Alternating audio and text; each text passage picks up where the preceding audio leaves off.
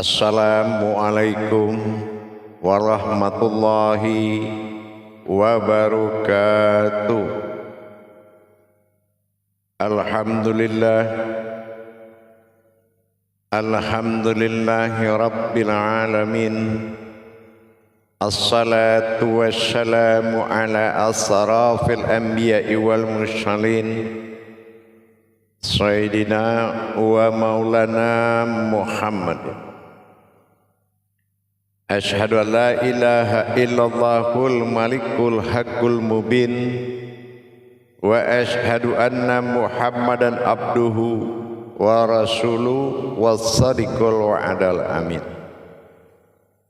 Allahumma salli wa sallim wa barik wa karim ahzanul nabil karim.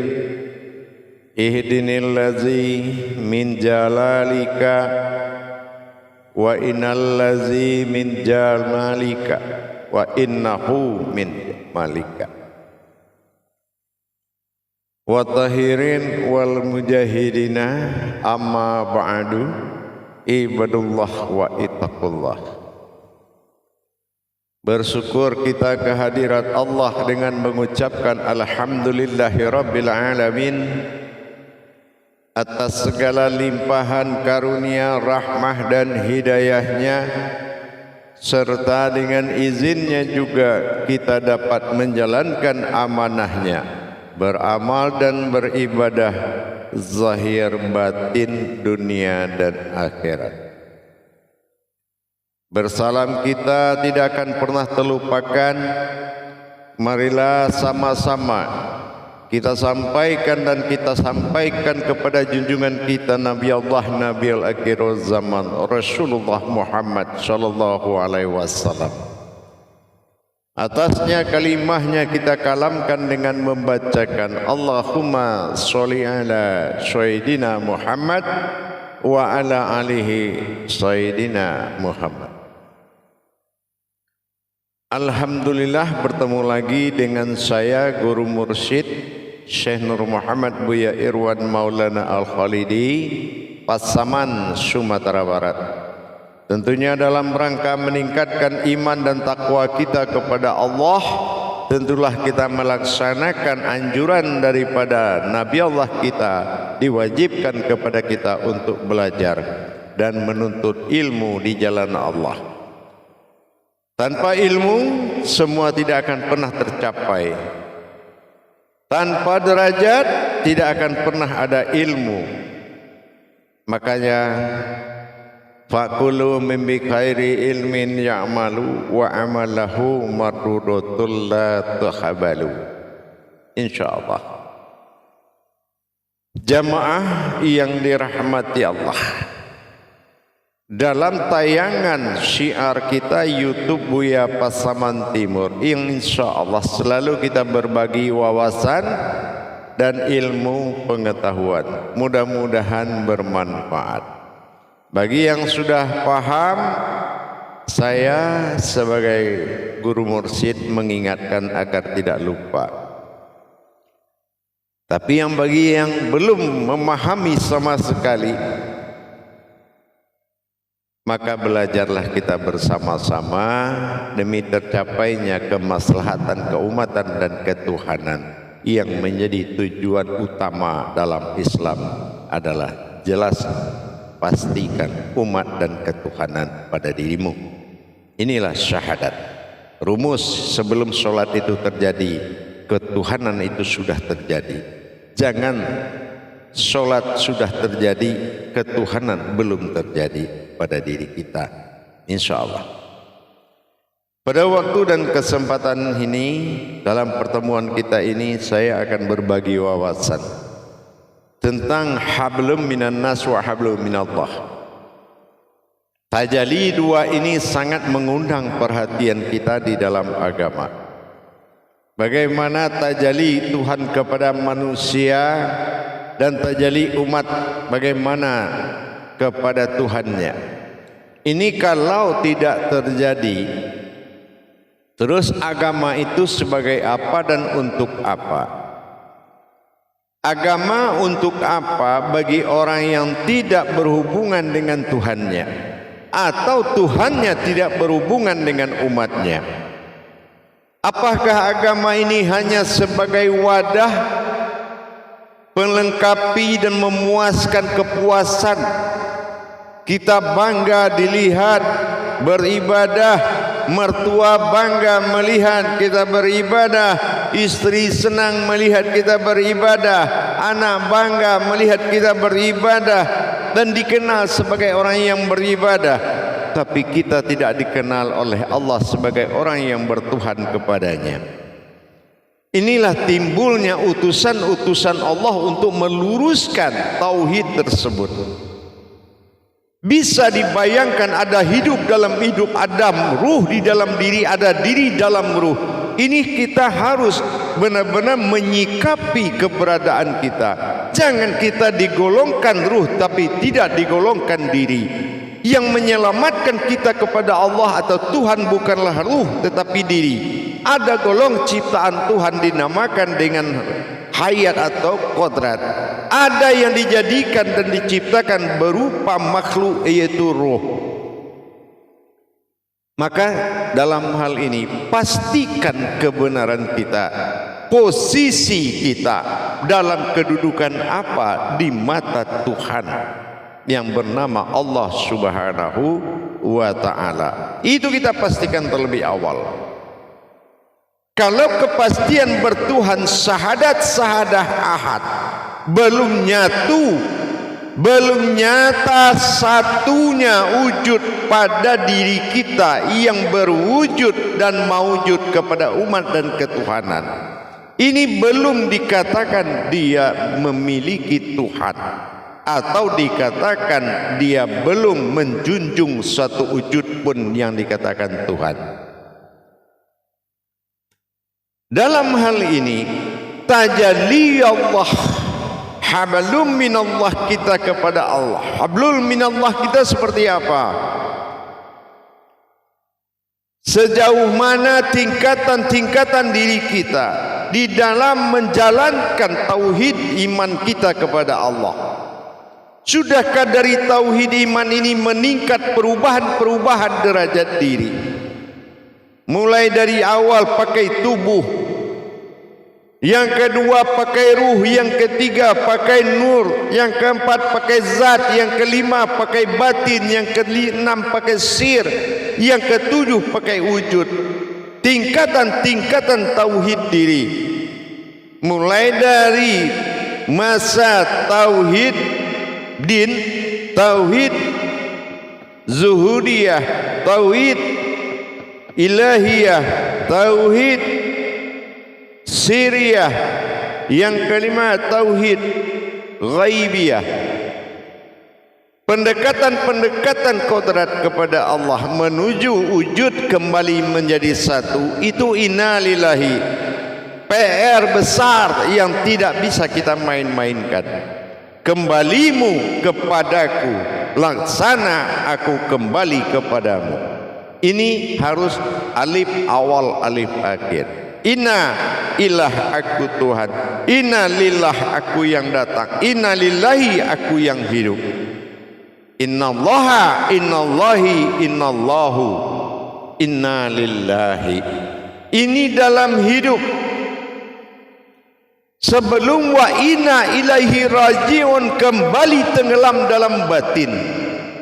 Maka kita harus menyatakan dalam masa hidup tenggelamnya rahasia dalam batin. Ini adalah batinul batin.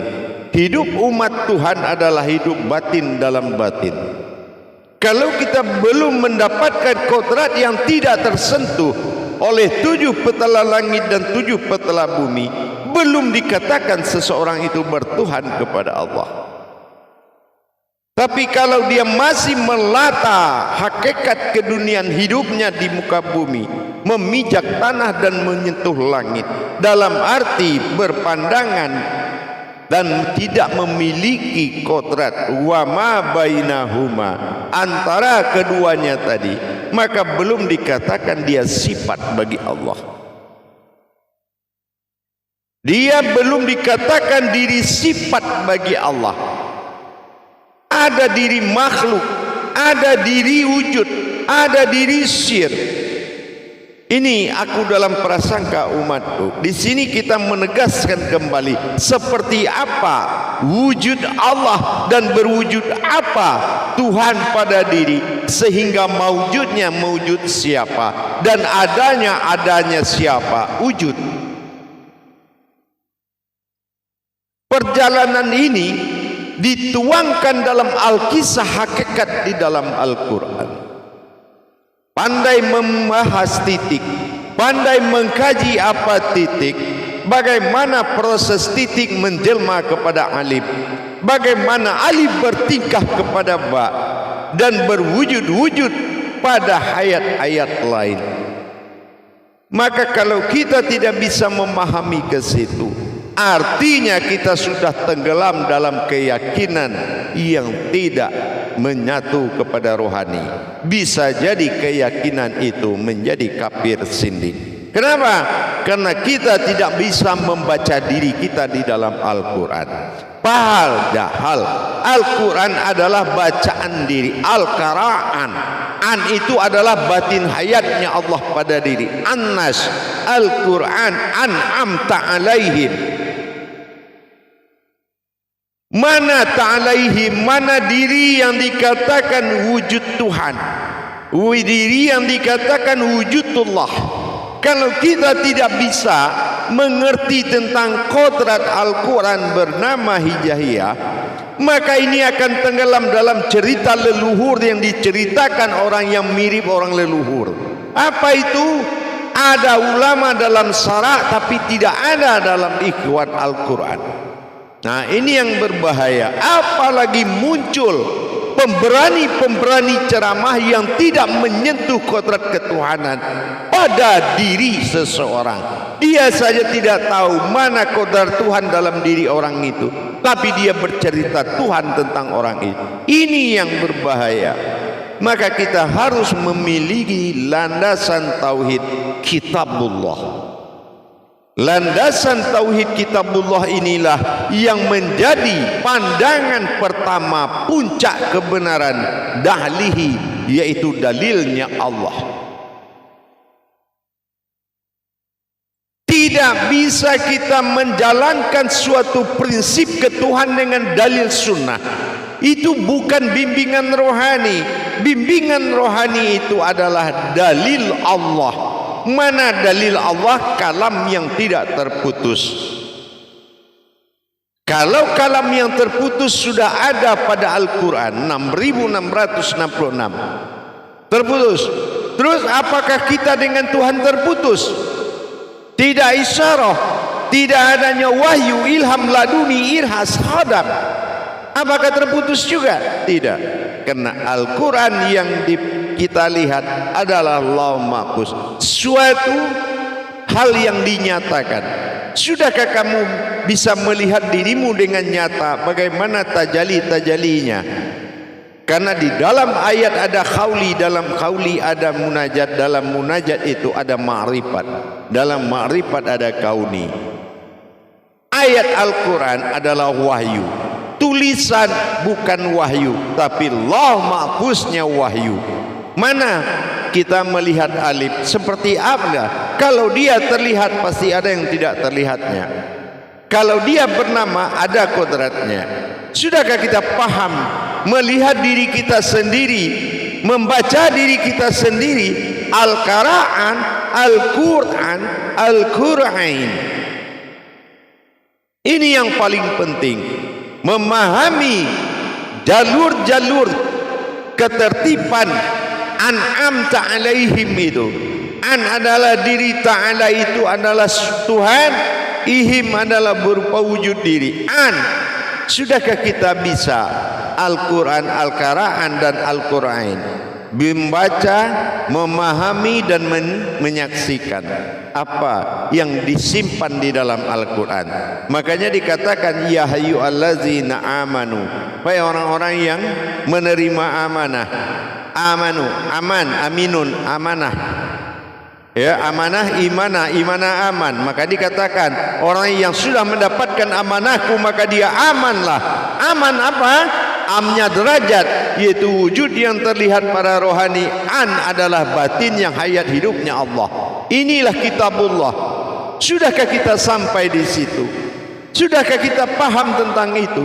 Kalau tidak paham, mana bidalihi marifatul haq fi ilmi? Mana dalil yang dikatakan kebenaran ilmu itu adalah dalilku, kata Allah. Tapi tentang dalil Allah, kita berdalil lagi kepada sunnahnya Allah. Ini sudah menghindar dari pencarian mata hati dan mata batin. Petunjuk tidak akan pernah, sebuah pohon tidak akan pernah takluk kepada sebuah ranting. Hanya rantinglah yang akan mengikuti alurnya pohon. Ini antara iman dengan ilmu.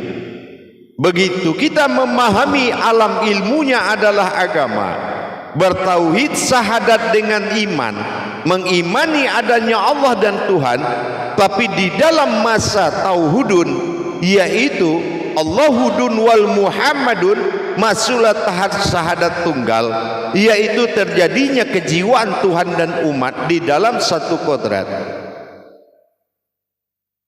Nah, inilah yang dikatakan nahnu tadi. Jadi kalau kita bisa mendapatkan kodrat dan derajat hakikat ketuhanan, hakikat, tentulah kita harus paham mana hakikat dari segala bentuk tadabbur Qur'annya.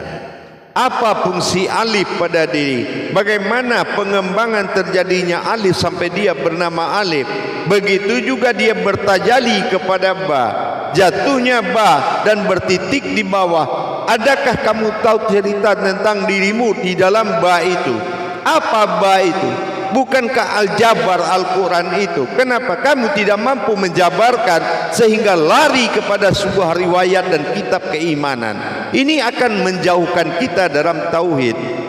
Kitab apapun yang lahir di dalam iman, sementara Islam saja didahului oleh syahadat, mana mungkin bisa diiman membahas ke tingkat syahadatullah kalau tidak syahadat yang membahas iman. Alhamdulillah para hadirin dan hadirat, mendapatkan diri yang sejati menjadi sejatinya diri perlu pencarian ketuhanan dan ketunggalan. Ini yang dikatakan dengan syahadat tauhudun. Tapi Allah belum menjadi Allahudun, belum lenyap di dalam suatu sifat batin, belum mampu mengetahui tentang batin, persembunyian tentang asmanya Allah. Muhammadun, bagaimana perwujudan yang sebenarnya yang dikatakan sifatku memujiku dengan kalam Muhammad, ini belum menjadi satu kodrat. Bagaimana bisa alif kembali kepada alif? Nyatanya di situ. Jamaah yang dirahmati Allah rahimakumullah, marilah kita membuat diri kita sabar untuk lebih besar dan membesarkan diri. Sabar, hanya Allah yang mampu besarkan kita. Kita hanya bertugas membesarkan Allah, bukan membesarkan diri di jalan Allah, tapi membesarkan Allah di jalan diri. Kajian tajalli Allah dan tajalli umat, hablum minan nas, tidak semudah itu kita memahami kajian tersebut. Kalau tajalli perjalanan lau mahfuznya menuju hakikat yang hakiki tidak mampu kita tuangkan, memperjalankan umat. Terus kita ulama apa? Sebagai ulama diutus untuk apa? Bukankah Allah katakan firasyatal anbiya, mana sebagai ulama yang pewaris para nabi, al ulama firasyatal anbiya, pewaris nabi itu pewaris batin Tuhan, ya, dia adalah pewaris utusan, rohnya usulnya Allah, ruh yang diutus oleh Allah, hayat.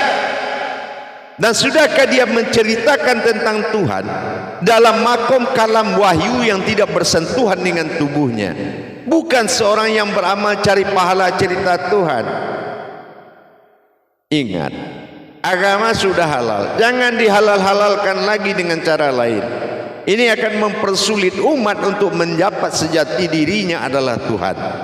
Akan mempersulit umat dengan mendapatkan sejati dirinya adalah Tuhan. Tuhan, awal diri adalah Tuhan. Ilah badal wahid tunggal mula jadi. Kisah dia dengan Tuhan aja dia tak paham, apalagi sudah praktek dalam iman. Mari kita kembali kepada kenyataannya. Al-Mubin, Al-Malikul Hakul Mubin, Al-Haqqullah, mana diri yang dinyatakan. Sebelum kau mendapatkan diri yang nyata, kata Allah, Wasadiqul wa'damin, kamu tidak akan tahu itu diri siapa dan kamu siapa.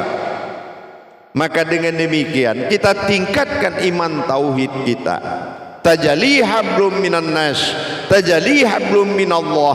Dua tajalli, sementara shin titiknya 3. Pernahkah kita paham kemana arahnya sebuah wujud dan maujud? Kehilangan titik 1 dalam huruf nas, shin, membuat kita kehilangan Tuhan pada hakikat diri yang sebenarnya. Innalillah, dalam hidup atau dalam tidak hidup. Ini bisa kehilangan kalau kamu tidak bisa menjabarkan sejarah titik yang 3 dalam makom kalam shin hijaiyah. Seperti itu juga dalam makom diri kita.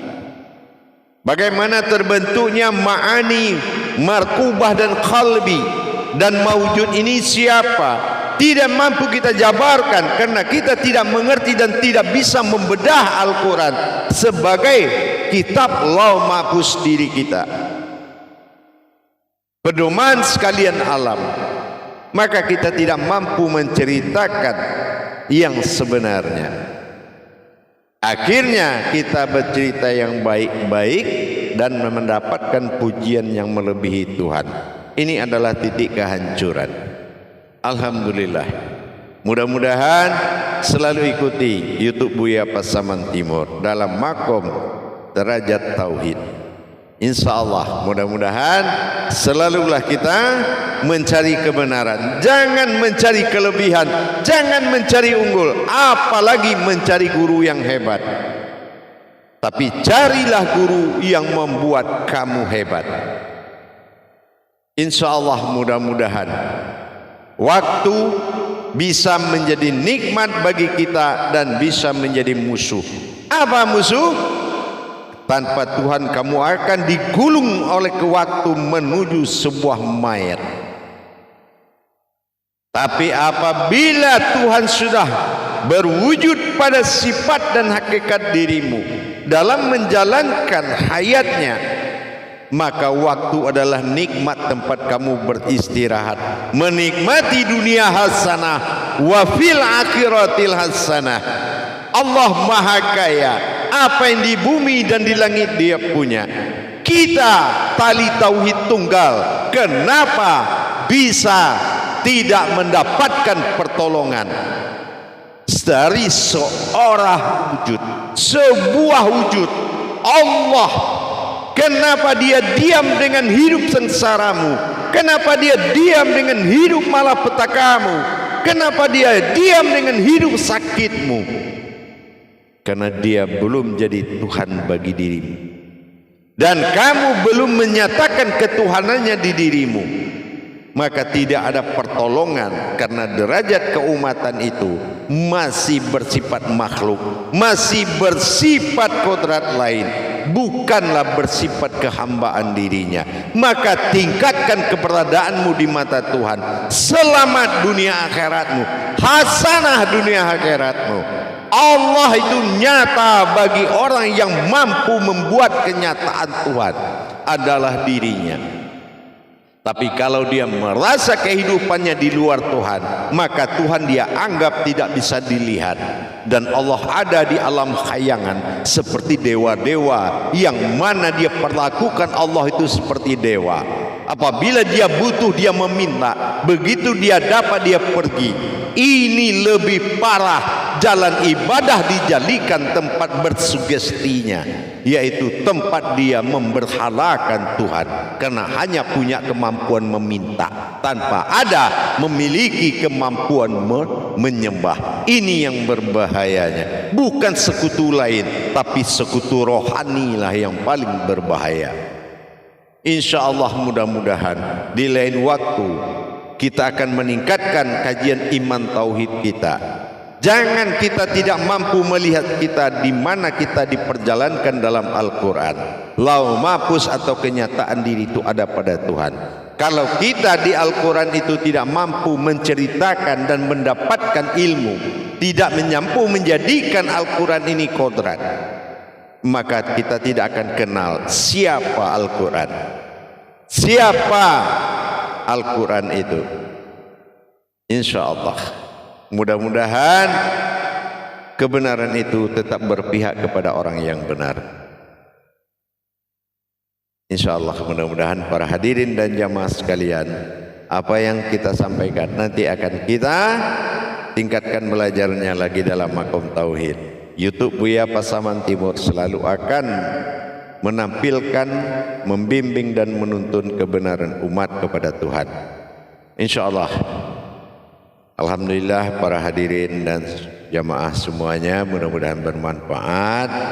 Bagi yang tidak bermanfaat atau bagi yang sudah bisa, ya saya hanya mengingatkan. Dan bagi yang belum, bersegeralah kamu menentukan Tuhan. Hidup ini pilihan. Kalau kamu belum memilih Tuhan yang bernama Allah menjadi kodrat atau menjadi sembahan, menjadi uluhiyah rohanimu, maka rohanimu tidak memiliki makom. Rohanimu akan menjadi ruh, tapi bukan ani, kata Allah, bukan ruhku. Maka makhluk lain akan menunggu kedatanganmu kalau kamu tidak cepat menggeser ruhmu menjadi ruhaninya Allah. Insya Allah. Mudah-mudahan dengan adanya penampakan jasmani di dirimu, kamu sudah paham apa maksudnya zohiru wal batinu. Zohirmu adalah penampakan batin. Ingat, insya Allah.